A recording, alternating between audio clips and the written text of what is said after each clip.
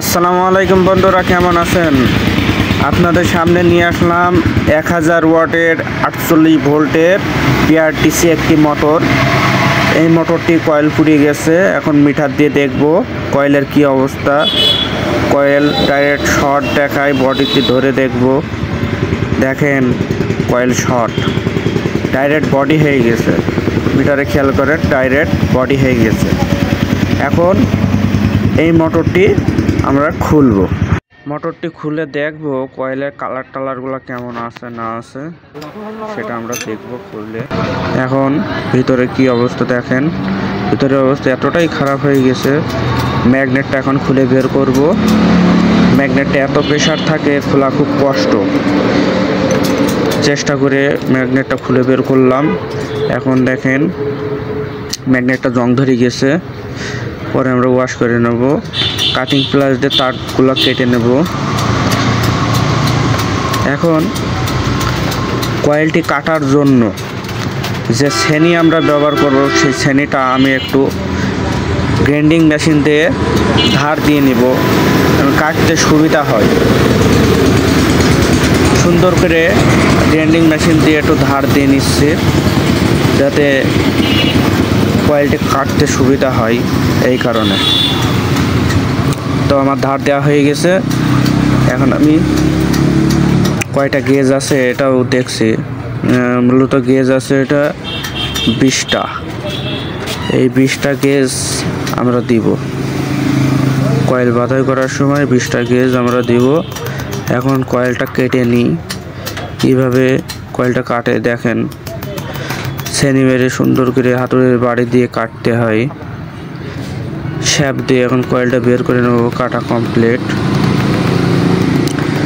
সুন্দর করে বাড়ি দিয়ে প্রত্যেকটা কয়েল টান দিয়ে দিয়ে আমরা কয়েলটা বের করে নেব।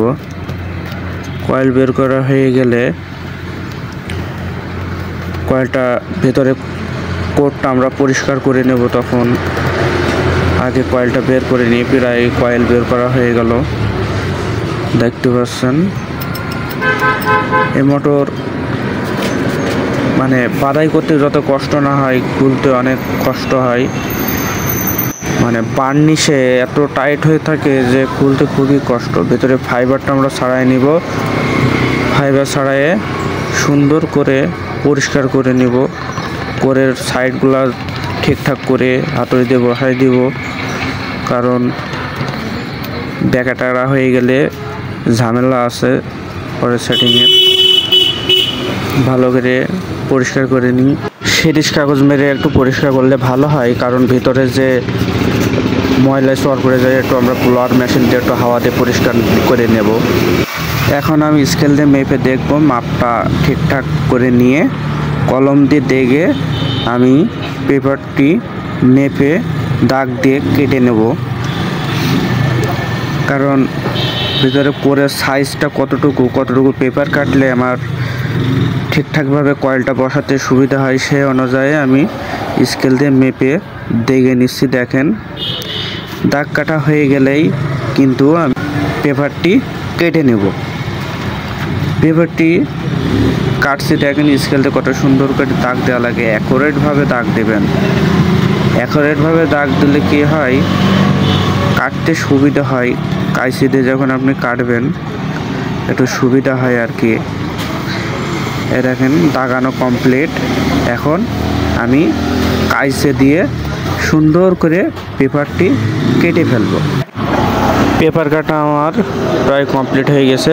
এখন আমি কোরের ভিতরে পেপারটি বসিয়ে দিব। পেপারটি সুন্দর করে ঠিকঠাকভাবে আমি বসাবো, কারণ আমি পেপার কেটে বসাই না ওইভাবে। অনেকে টুকরো টুকরো করে কেটে বসায়, আমি ওইভাবে বসাই না। আমি আমার সুবিধার্থে, আপনারাও এইভাবে বসাতে পারেন যেভাবে আমি এখন বসাচ্ছি। ভাঁজ করে করে বসাই, একটু সুবিধা হয়।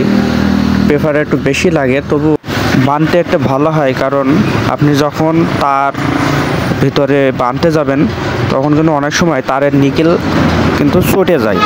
পরে সাইডে বেঁধে কিন্তু নিকেল চটে যায়, এই রিস্কটা থাকে না, সুবিধা হয়। আপনি কেটে ফেললেন পেপার, পরে এতে কি সমস্যা, একটু পেপার নাই বাদে যায়, কিন্তু আপনি রিল্যাক্সে আপনি বানতে পারবেন।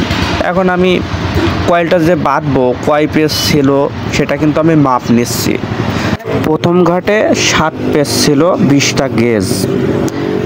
এখন 2 ঘাট পর পর করে 7টা পেজই কিন্তু আমার দেয়া লাগবে। সব সোজা পেজ, একটাও উল্টো পেজ হবে না, এটা আপনারা কিন্তু খেয়াল রাখবেন। আমি এখন জাস্ট মাপ দিয়ে নিচ্ছি। প্রত্যেকটা 2 ঘাট পর পর ফাঁকা রেখে মাপ দিতে হবে, কারণ বাকি যে কয়েলটা আমি বাঁধবো সেটাও কিন্তু ওই কয়েলের ভিতরেই যাবে। একই সিস্টেমে 2 ঘাট পর পর কিন্তু কয়েল বাঁধানো লাগে। কিন্তু এখন কয়েল পাচ্ছে না, এখন মূলত আপনাদের দেখাচ্ছি যে কিভাবে মাপটা নিয়ে নিতে হয়। যতটুকু লম্বা হবে লম্বা অনুযায়ী আমরা 20টা তার দিয়ে গেজ তৈরি করব। বন্ধুরা, আমার চ্যানেল যদি ভালো লেগে থাকে একটি লাইক, একটি সাবস্ক্রাইব করে আমার সাথে থাকবেন।